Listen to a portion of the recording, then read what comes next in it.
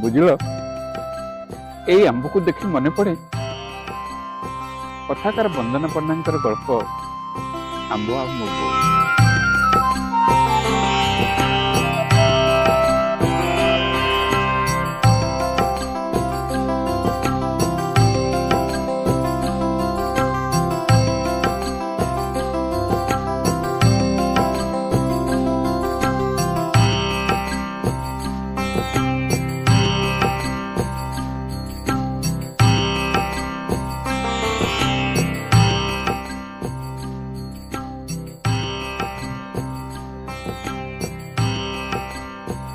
ନିଜେ ଦୁଃଖେ ରହି ଆମକୁ ହସାଏ, ଜାଣିଛ କି ତାର ନାଁ?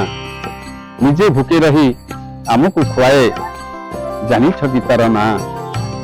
ସେ ମା, ଆମ ମା। ମନ ଯାର ମମତାର ସାତ ସାଗର, ଝରୁଥାଏ ଟୋପା ଟୋପା ଅମୃତ ଧର।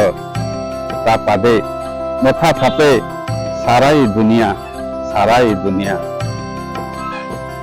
କଥାରେ ଅଛି, ଖାଇବ ଆମ୍ବ ରସ, ଶୁଣିବ ରାମ ରସ।